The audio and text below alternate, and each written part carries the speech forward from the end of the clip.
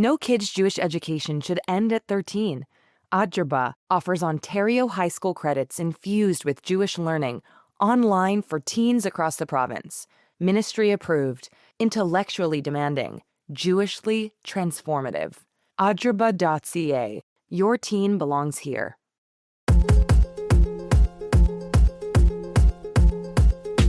Shabbat. It's the cornerstone of Jewish life.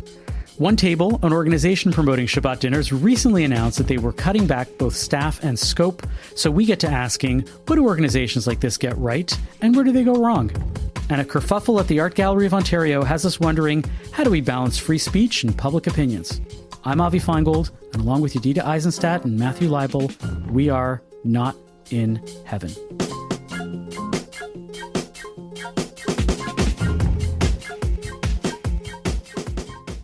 Hey, everybody. How are we doing on this fine afternoon? Feeling great. How about you? You know, it's another day. My wife went to Israel last night for 2 weeks, so it's a little different a vibe in the house now. How does the vibe change when she's not there? Cat's away. What changes? You know what it's like. You've all had spouses who go away for days at a time. Or months, yes. Well, I wasn't going to go that far, even though I know it's to be true. It's more dictatorial, more authoritarian. And it's you mean like your kids run the show? No, this is what's for dinner. It's not like, what do you want for dinner? What do you want? I mean, yes, I do ask the kids, but like, if something has to happen, I know that I have to do it. So in that sense, like, if I see some dishes, I know that there's a 50% chance that somebody else might do them. Oh, right.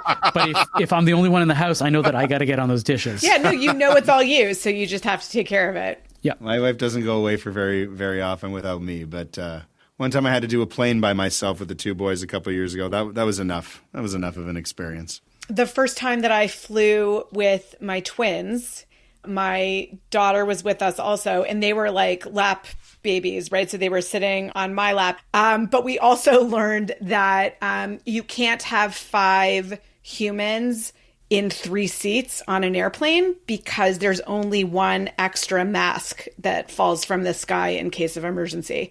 So they made us split up the babies. Solomonically. That was my exciting story about flying with lots of children. Yeah. Yedida, what have you been up to?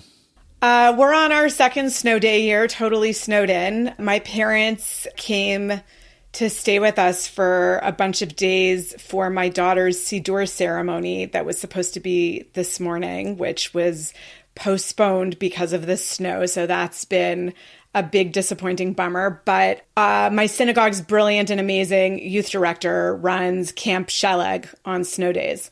So they blow up the bouncy house and there's coloring and art and movies and the kids all over the community, find their way to the shul and are entertained for the day.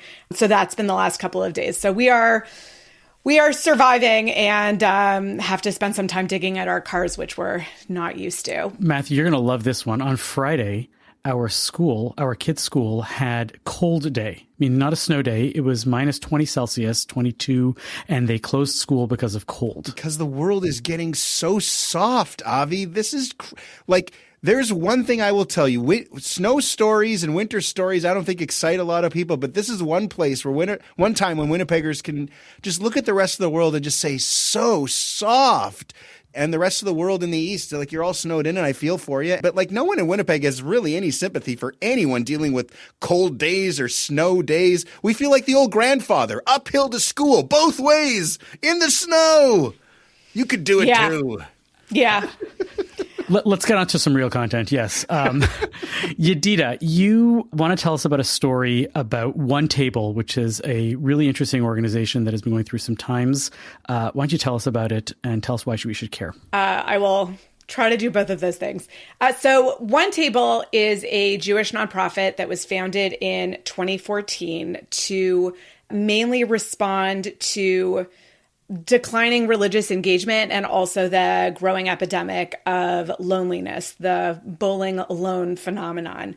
The way that it did this was to provide financial support and other kinds of support resources for young adults typically between 21 and 39, to host Shabbat dinners. It's been described as an Airbnb for Shabbat. So people would sign up to host and make a plan, and they would, get their $10 per registered guest. Other people could sign up to be hosted. There were like a bunch of different variations of how this works. And it, for a long time, was quite successful. I think that they say that they've facilitated Shabbat dinners for 215,000 people since 2014. So that's really significant. And they also say that they were trying to sort of like change behaviors and make Shabbat a regular part of the rhythm of young Jews' lives. Recently, though, for reasons including a fall in fundraising, what's the word I'm looking for? Laid off. That's the word I'm looking for. 25% of their staff. And they've also cut off, this is where I wanted to use it, the repeat hosts, right? So there were a lot of people who were maybe taking excessive advantage of this, and they graduated those people from the program. It was an interesting venture. I actually have all kinds of questions about their tracking of metrics and data that were not in the articles we read. But I want to ask, and this to just throw it out there, is there something different between a subsidized or sort of like incentivized or facilitated Shabbat model as opposed to like a more organic one? Like, what do you think of this venture? And have either of you ever done it? I always worry about the long-term sustainability of something like that. Like if you're a family and you're getting, $10 a person to host a Shabbat dinner, there's an incentive to do it. And I guess they said that there was a lot of successful people going back and doing it again. But if you take away the money, they're not hosting the Shabbat dinner. I just don't know. Then it's over. Well, yeah, it doesn't feel very sustainable or long-term to me. I'm so bad on this because I still live in the city in Winnipeg where my folks live. And Friday night has always been, it was at my Bob and Zeta's. Now my parents are the Bob and Zeta. And so I have a very home family-centric Shabbat, which I know both of you don't live where your parents are. So it's a totally different experience. So I have a lot of trouble relating to this. To their credit, I think that Shabbat is a big deal. And I think that doing Shabbat is really important. I remember that when we moved back to Montreal, one of the things that we noticed was that there were people in their 40s with lots of kids who never did Shabbat dinner at home. It was either 1 week at my parents or 1 week at your parents, 1 week at my parents, 1 week at your parents. And the kids just grow up thinking that Shabbat is at Bubby and Zadie's house. And that's a problem. I know kids in their 20s who have never hosted a Pesach Seder, for example, because you always got to go to Bubby. So the importance of doing Shabbat as opposed to just Shabbat being done for you and being a guest is huge. And I remember starting to do these Shabbat boot camps, right? Like how to host a Shabbat dinner and teaching people both how to cook with a busy schedule and how to like lead the blessings and do all the stuff and make it ritually interesting for themselves for however they want to do it.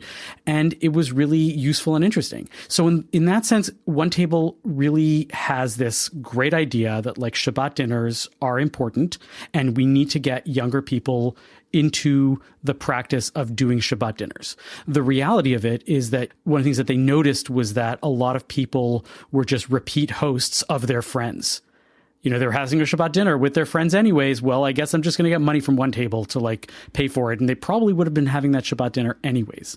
And so I guess the big question, and I'm going to go big with this, but I think you'll hopefully understand where this lands, is do I think that the impact of doing a Shabbat dinner, as you pointed out, Yedida, is going to lead you to do something else? I'm not entirely sure. I think it's the birthright question of Judaism of like, we're going to send you on a free trip to Israel and that's going to transform your Jewish life. And for some people it will. And for a lot of other people, it's just a free 10-day trip. And so I feel like this one focused organization of doing one thing kind of misses the point of not giving people the overall robust picture of everything else and saying that you can't just do Shabbat dinner. There has to be other things. I 100% agree. And to OneTable's credit, I think that Shabbat is an on-ramp. And I think that it also makes the case for like, this is a beautiful thing that we do together as Jews. Shabbat is hard. Getting Shabbat together is hard. The like literacy pieces and the ritual facility for having a traditional Shabbat dinner, like a lot of that is difficult if it's not original native in you. But I think that this gets also to a question about setting expectations for young people in their Judaism and communicating them, right? So, I mean, you guys pointed out the always going to Bubby's house and never doing it at home, not with other community members, right? That's not even something that I'd thought of here. But I think that there's also, it gets to this like larger piece about raising the next generation of committed Jews and community builders, right? Just like Shabbat is hard, being in community, it requires something of you. There's sweat equity and time and money and energy. And part of what OneTable like ideally would be building into is, okay, setting these young people up to become participating and contributing members of all kinds of organized institutional community structures, whether synagogues or federations. Forget about that. What if you had the built into the structure of OneTable, you can only go as a guest a certain amount of times before you start hosting yourself. You get 5 guests, 5 times as a guest before you have to start hosting. Like that's a way to just stick the focus of Shabbat, but say you have to participate. You have to give back in the way that you're talking about, Yedida. Setting an expectation. There's another piece. OneTable also is engaging and partnering with an organization called Resetting the Table, specifically around dialoguing around Israel complicated conversations, or if it's just like how to have a controversial conversation. And I don't remember organizations like this existing 20 years ago. Maybe I just didn't know about them, but I'm wondering if this is like a phenomenon of our time where we have been so stuck on our social media and have stopped engaging with other humans in real life and breathing each other's air. But like, it's interesting to me that we're in a moment where there's so much effort and intention going into facilitating dialogue, where I think it was sort of more natural before. And I can't decide if it's because everybody's opinions are more extreme or because we don't know how to talk to each other or both, and that's a chicken egg. Those things are definitely true. There's no question. Which things? I just threw out like 5 things. We don't know how to talk to each other, and everyone's opinions are too extreme. But like, I wanted to ask about Shabbat. Like, yeah, the most interesting thing I took away from the articles I was reading about this group, OneTable, was that after October 7th, twice as many people were applying to have dinners. I find that fascinating. What it suggests to me is that you've got all these people who are looking for Jewish connection at a time when they are feeling vulnerable and isolated and alone. 100%. Yeah. And that is something. We can debate whether or not tossing money out and encouraging them to host a Shabbat dinner or having all these rules is the way. I mean, Shabbat was a family thing for me, but Shabbat is sacred. Like the Friday night is absolutely sacred, no question. And that was just something that was fostered generationally in my family. Like Shabbat is a cornerstone thing, and I think encouraging that. But I get your point, Avi. It is like I don't know. Should they? If they try to have more of a say over the content of your dinner, people are going to push back. Right? Like you just know people are going to push like, well, what do you mean I can't have my arts and crafts Shabbat dinner or my vegan picnic by the beach? But Used to think that's not Shabbat, right? No. So did you guys go look at their website? I spent a little time on their website. Yeah, I didn't. I think it's so interesting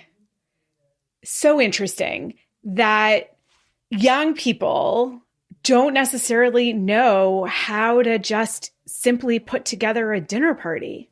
Right? Like Friday night's not a dinner party, right? Like Friday night with ritual is different and it's not a dinner party. And I don't want to, but it has really interesting, like pretty basic instructions. And I think again, that this is a generational thing and a bowling alone thing, right? People go out, people order in. But the like idea of making food and coming together and inviting people is not intuitive among young people. And I think that that's very interesting. And I think it's really sad. Yeah. So when I would give these, how to cook Shabbat dinner, Shabbat boot camp sort of like sessions, I was always, struck by how many people didn't have the wherewithal to think about planning, an appetizer or a soup and a protein, 2 sides and a dessert, and how to put those things together and plan them out. And if they're too busy because they're working all day Friday, to like do most of it Thursday night and prep like that. Like I was like, oh, there's not a lot of cooking going on in a lot of people's lives, right? We're in an era of girl dinner, and that's, to be proud of that. Oh, I did girl dinner last.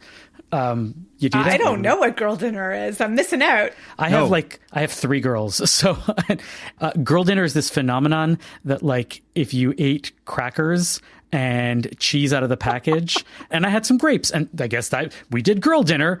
Like that's my kind of understanding.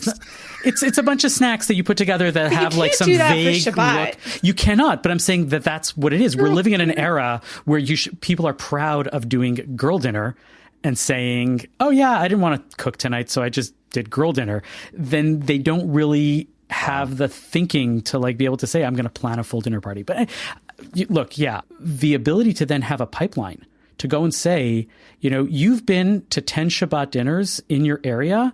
I'd love to find you a place in the community that you belong in elsewhere other than in, this different Shabbat dinners. And that seems to be completely absent from their model. PJ Library is good at that. They do micro grants where they give people money for Shabbat dinners or other sort of like I think stuff that's with an young analog. Kids. But at the same time, they also have a lot of different pieces where they're trying to connect parents to other places in the community. They have the books. They're doing all of this like stuff. So I think people just today, like we've lost the ability to connect with each other. And we know that is further alienating us from each other politically. But I also think this is a kind of, bigotry of low expectations. We haven't raised the bar for the next generation. And I think it's hurt the next generation of Jews in how they know how to be Jewish and what they do and what they expect. And we've given, and it can't be just birthright and OneTable. At some point, you have to grow up and get some skin in the game.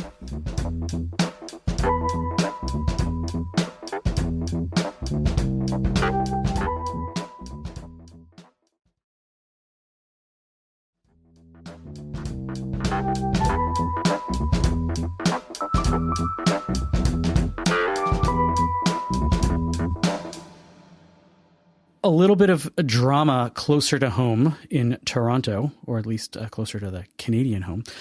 The AGO. You guys been to the AGO, the Art Gallery of Ontario? I've driven by it. I've not been inside it. I like it because there's a lot of Frank Gehry pieces, and there's a very fancy staircase that he designed that actually I tried to go up once, and it goes all the way up and spirals into nowhere. So if you guys have ever been to the AGO and wondered where that staircase goes from the central atrium all the way up, it goes nowhere.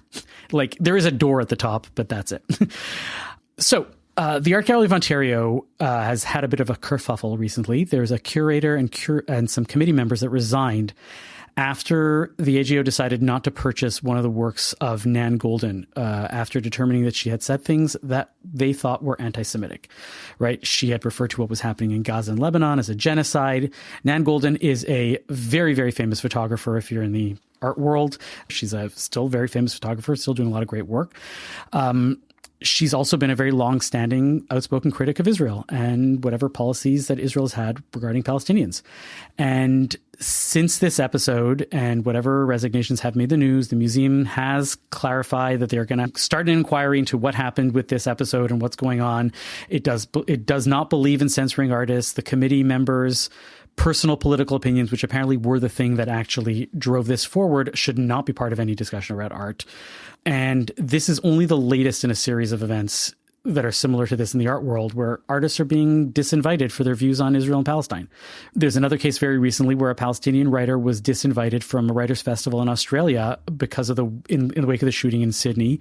And, that also, the entire festival got canceled because of the issue that happened around that. I saw the piece that in question, the Nan Goldin piece, because it was bought by the Vancouver Art Gallery, and I was just in Vancouver. It has nothing to do with Israel or Palestine. It's just a series of pictures in a video stills just going on in a gallery, and it's a nice piece. This seems to be an issue where a piece of art by a famous artist was not purchased because some people felt that her personal political opinions were a problem. And they're not so personal. She made them very public. Very much so. And she was very outspoken about it, 100%. But she's also not putting that into her art necessarily. Yeah, right. It's not a piece about Israel and Palestine. Right. It's the artist. Sure, granted. People have the problem with the artist, not the art. Exactly. In all of these stories, the commonality, what I was going to say, on all of these stories, it just reminds me of people who told me you're not allowed to listen to an opera by Wagner because Wagner hated Jews and Hitler loved Wagner, so you shouldn't. There's a famous early Curb Your Enthusiasm episode where Larry David is whistling a Wagner tune and some other Jew gives him the biggest put down on the street. I want to know what a Jew is whistling Wagner Do you want to know? When he was one of the great anti-Semites of the world. You know what you are? What am I? You're a self-loathing Jew. Am I? Oh, Well, yes, let me tell you yes. something. Jewish. I do hate myself, Yeah. but it has nothing to do with being Jewish, okay? No, it doesn't have anything No, to it do with doesn't, Jews. yeah. As millions of Jews right. were taken to the concentration camps Okay. with Wagner being played in the background. You know- Yes, Hitler's favorite composer. Really? Yes. You know what? They got a mental asylum a couple of blocks No, not down. a mental I assignment. suggest, No. I suggest Where's you go your heritage? and check yourself Where's your in. Judaism? No, Judaism, where are you? should have learned. Where are you, Instead, Judaism? have this Right? And it's this whole idea of, well, the artist was a scum and a piece of garbage, but I like the song. Am I not allowed Wagner's to an like interesting the song? case because there is a lot of anti-Jewish ideas in some of these operas. Yes. There are actual, something there. But if we're talking about a piece that itself is not, and Wagner wrote things like that, like if we're talking about if we're talking about this Nan Goldin, like you said, Avi, you saw the picture. The picture has nothing to do with the war. The picture has nothing to do with Israel. The picture has nothing to do with Gaza. This was the decision because of Nan. And that's a problem for me. I don't agree with her. I don't like the view. And yeah, I would describe it as odious and I would want to talk to her about it. But we can't start not buying her art because of I just wish you wouldn't share her opinion. Hold on. That's the thing is like, why do they have to share their opinion? Why can't they just talk about art? So you hold the opinion that the committee members should be limited to only considering the merits of the art piece in a vacuum and pretend that the creator of the art does not exist in their decision to acquire the piece or not. I'm not saying you don't consider it. I just think that in this case and in all of these cases, it's weighing too heavily on the decision. The art has to be first and foremost. If the art's offensive, you've got a problem. If the artist is particularly hot and offensive, yeah, I think you have to be careful. But this is an issue that I got isn't news that for this you. case? Artists are liberal people. In every generation, the artists have generally gone towards leftist views. And this is one of the left views right now. Like, if you're going to start banning all the artists who hate Israel, you're going to end up banning all the artists. Like, you have to be careful here. Okay. And they should be careful about how political they get. I think the other thing, too, on the other side of this is I'm not giving artists free rein to say whatever they want. I wish there was a pizza place in Winnipeg that put something on Instagram about Israel, and a lot of Jews were really, really bothered. And my takeaway was, yeah, I was bothered, too. I wish they would just tweet about pizza. I don't need to know their politics. So I don't stay want to in your know lane. their politics. Kind of stick to art. Now, I get it. Artists have always been vocal and they stand up and they go get their Oscar and they got to say something that isn't about the movie. It's about Gaza. Fine. But don't pretend like that's not going to have a consequence either and piss off a whole bunch of the population who don't agree with you. It's why I try not to talk about politics as a rabbi. It never unites. It only divides. And these days, only the ever more so. Case in point. Okay. So I want to play out this analogy with you guys. Yeah, this, for sure. This is where my brain went. If you think that Nan Goldin's position on, her critiques of Israel is anti-Semitic or whatever you want to call it, and you sort of want to cancel her as an artist, right? There's like some resonances here with cancel culture. Then like, I can never listen to another Michael Jackson song again. Right. I think that's the analogy, but I turn on the radio, I hear Michael Jackson all the time. So we're living in a world where it seems that we're post cancel culture, and we do seem to make a distinction between the art and the artist. So if the art merits acquisition, then great. But if you don't want to live in that world, right? If you do want to diminish the stature of people who you find abhorrent, then you can't make that separation. If you really believe that somebody who has problematic politics around Israel and Gaza and whatever other positions they might say, they might globalize the intifada, then you have every right to not buy that person's art because that's not right. But then you don't have the right to go and complain when somebody gets canceled or somebody's book gets pulled from the shelves because they're a proud Zionist and the book, represents that also. Like, it goes both ways, and you have to be willing to say the free speech is really about free speech and give up the right to complain when Zionist or Israeli or Jewish artists get canceled because you say, well, that's part of the market. Right. And I think the other piece here that we as Jews need to keep in mind is that Jews are very small in number. Even if you think that the Jewish position, which may or may not align with whatever the state of Israel is doing, is right and correct and the righteous position, that doesn't mean that the rest of the world will agree with you, right? And we're seeing that now. So I just think that the taking of such extreme positions actually ends up serving nobody. And this also in some ways gets back to, conversation we were having a few minutes ago about the inability to have difficult conversations with people anymore because our positions have become so extreme. And we have to stop disinviting people to things. But it also doesn't mean either that artists get a pass on getting up on pedestals and spouting about God knows what, that they don't necessarily have educated, nuanced, informed positions, right? And that's. But hold on, but sometimes they do, and that's okay for them to have those positions, and they're also then free to say, "I'm not going to buy your art because I don't agree with your politics." I wish I knew how many people felt like me and just wish that their favorite musicians stayed talking about music and their favorite artists stayed talking about art. And I think that there's real strength in staying silent on these issues as an artist. Like, as Leodina said, stay in your lane. I just don't need to know. To me, the confusing factor in this whole episode is that in the case of Nan Goldin and other artists of this caliber, right, it's not like anybody can buy or not buy this art. This art costs millions of dollars, which means that it has to come from a committee, and the committee is deciding using limited funds, often many of which are public funds, and you get to you're basically in a place where you're deciding whether the public is seeing this art or another piece of art, and whether those decisions are being made based on politics or whether pure artistic merit. And I get it. I get that that's what makes this a lot more difficult to work with, because it's not just somebody saying, I'm not going to buy this person's book. It's saying, I am not going to take a important piece of art and spend millions of dollars on it on behalf of the public. Okay, but what if the art itself is political? Does that change your calculus? Yeah. I've been thinking about this, what are the what ifs here? Would it make a difference if Nan Goldin wasn't Jewish and that she had these views? Does it make a difference if the art itself is related to the, issue, the way I was talking about Wagner? I think that it becomes then a factor. And if something is really damaging, then there's a problem there. And yes, I would say that that's a case where even if somebody deems this to be an important work, we can go and say, this is not something that I'm going to spend public money on. It belongs somewhere for people to know. I remember one of the big lessons I learned from my dad, who was a librarian, was that, of course, a Jewish library should have Mein Kampf. Right? We're not going to put it on the shelves, and we're not going to tell everybody it's book of the week and send an email out about it. But all books are important and should have a place where people can go and look at them and research them and see what they're about. But that doesn't mean that we have to give it that platform in that way. I also think that if they're going to have a vote, about whether or not to acquire something, they should shut their mouths and not say the reason why they voted why they voted. Correct. Yes. Like, let's not miss all these points here. Like, stop living your lives online, whether you're like a little boy down the street or the AGO.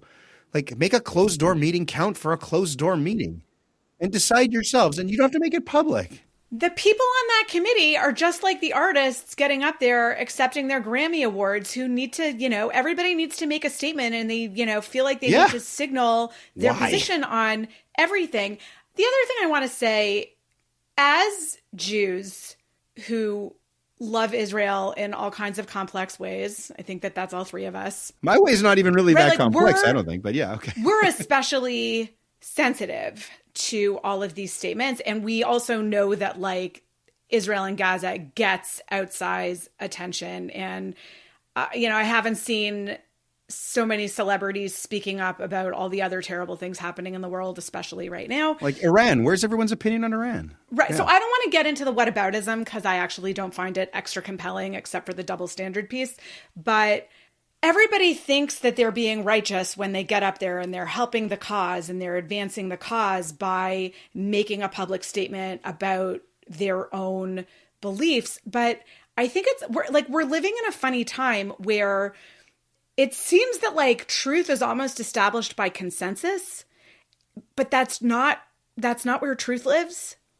And so we're in this like postmodern space where everybody has their own facts and gets to decide on their own truth and make decisions accordingly. But like, that's not how science and truth work. Yeah. So- Speaking of truth, let's get to some textual healing and some truths from the Torah. Textual healing. It's time for some textual healing. Let's get biblical. Tell me a parsha and we'll make it physical. Textual healing. It's time for some textual healing.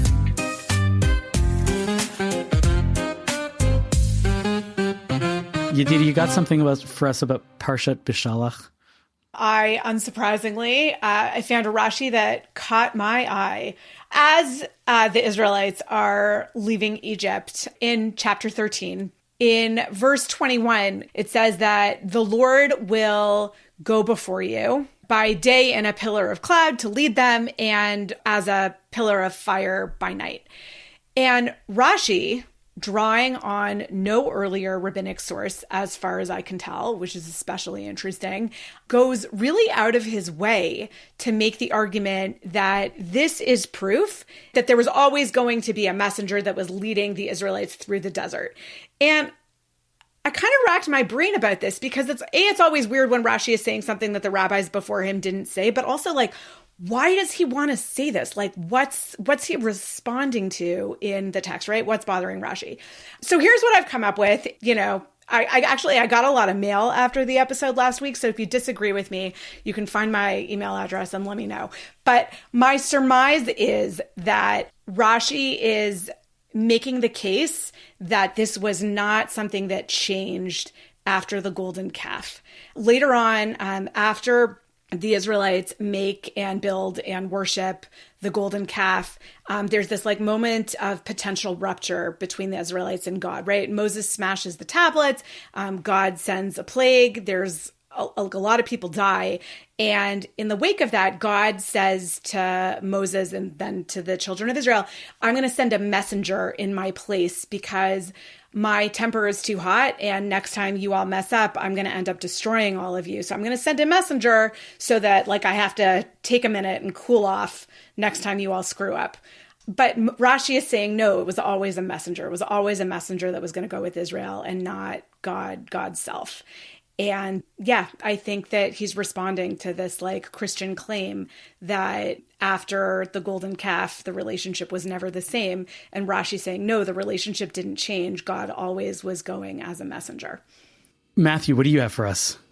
So this is the parsha where they cross the sea. Yeah. And they have the Song of the Sea. And I remember when I was a Torah reader, it's one of the toughest Torah readings because there's a special tune and you got to go back and forth between the special tune and the regular trope and everybody's standing. There was a lot of pressure. I had nightmares about it. But there was this great midrash that I remember learning.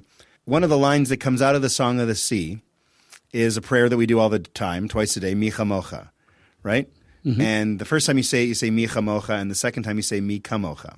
And I remember there was this midrash that was connected with it where the first one into the water was Nachshon ben Aminadav. And that one of the stories I heard was that the reason why it was mi chamocha and then mi kamocha was because the water was like up to his face. And then he couldn't, and he was like struggling to say it. And so I thought that was kind of an interesting idea. But I remember the takeaway was that Nachshon ben Aminadav had such faith in what was happening that he went in even before the water was clear.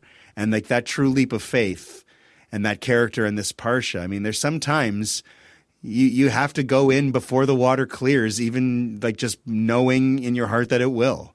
And what a great kind of hero figure he was in the Midrash in that story connected to this parsha. I love it. So I want to point out a commentator that I don't really talk about that often, and I think they are actually a lot deeper than people think.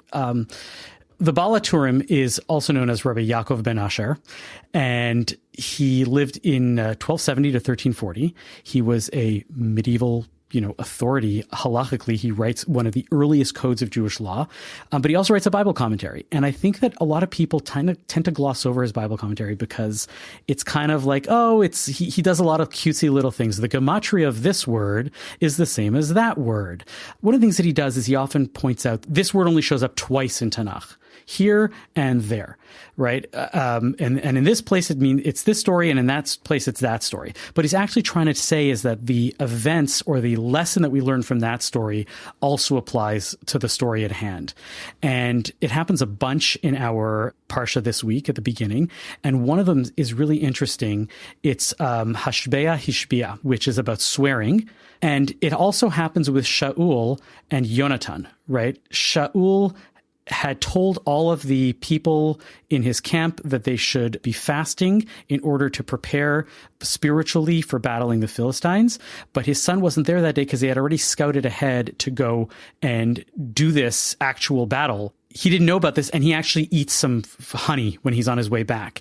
And in theory, his father wants to sentence him to death. And the Baal HaTurim is making this connection to what's going on with the Bnei Israel, with the Israelites right now. And I think that's one of the deep connections he's trying to get at is that things don't always appear to be what they actually are. And the same way that the Israelites are sort of in this place of they seem unified, they seem all together, everything seems to be moving forward for them in a great way, but they're kind of really unsure. There's a lot of fragility behind what's going on with the Israelites at the time, and the same thing exists with Yonatan also, right? The truth that he has is not really the truth. The truth that Shaul has is not the truth. And I think the Baal HaTurim is trying to point us out. They've left. They seem really unified and strong, and it's their first week into freedom, but there's still a lot of uncertainty there, and there's a lot of stuff that we don't know that's about to happen or things like that. So I don't know. I'm starting to realize that the Baal HaTurim is an underappreciated Bible commentator, and maybe you'll hear about him from me again a little bit more. Thank you for listening to Not in Heaven this week. Our producer and editor is Zachary Kaufman. Michael Freeman is the executive producer. To catch every episode, subscribe wherever you get your podcasts. If you'd like to support our show, consider making a donation to the CJN at thecjn.ca/donate.